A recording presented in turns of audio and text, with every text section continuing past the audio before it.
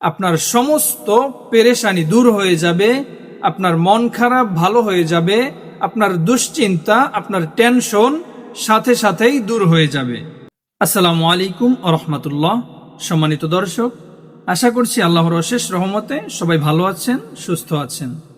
প্রিয় দর্শক, যেইভাবে বুকের উপর হাত রেখে সূরাতুল ইখলাস 3 বার পাঠ করলে আপনার সমস্ত পেরেশানি দূর হয়ে যাবে, আপনার মন খারাপ ভালো হয়ে যাবে, আপনার দুশ্চিন্তা, আপনার টেনশন সাথে সাথেই দূর হয়ে যাবে। আমি যেভাবে বলবো আপনি সেইভাবেই যদি আমলটা করতে পারেন, আপনার সমস্ত পেরেশানি দূর হয়ে যাবে ইনশাআল্লাহ।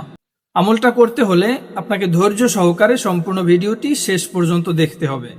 যারা যারা আমলটা করতে চান সবাই কমেন্ট বক্সে কমেন্ট করবেন। আমি বিশেষভাবে সবার জন্য দোয়া করব যেন আল্লাহ তাআলা সবার সমস্ত পেরেশানি, সমস্ত দুশ্চিন্তা, টেনশন দূর করে দেন।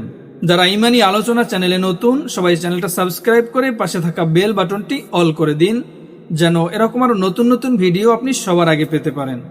প্রিয় দর্শক, আমলটা করতে হলে প্রথমেই আপনাকে পবিত্রতা অবলম্বন করতে হবে।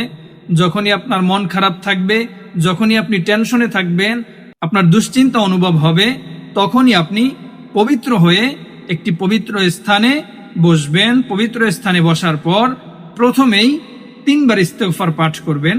আস্তাগফিরুল্লাহ, আস্তাগফিরুল্লাহ, আস্তাগফিরুল্লাহ। 3 বার ইস্তেগফার পাঠ করার পর 3 বার দুরূদ শরীফ পাঠ করবেন।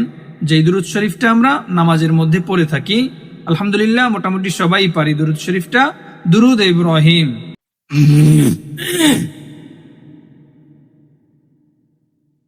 اللهم صل على محمد وعلى آل محمد كما صليت على إبراهيم وعلى آل إبراهيم إنك حميد مجيد اللهم بارك على محمد وعلى آل محمد كما باركت على إبراهيم وعلى آل إبراهيم إنك حميد مجيد। এই দুরূদ শরীফটা 3 বার পাঠ করবেন।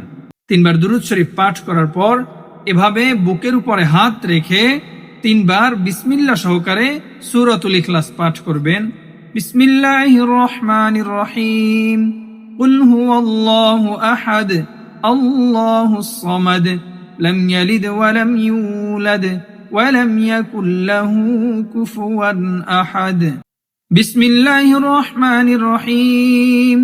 قل هو الله أحد الله الصمد لم يلد ولم يولد ولم يكن له كفوا أحد بسم الله الرحمن الرحيم قل هو الله أحد الله الصمد لم يلد ولم يولد ولم يكن له كفوا أحد।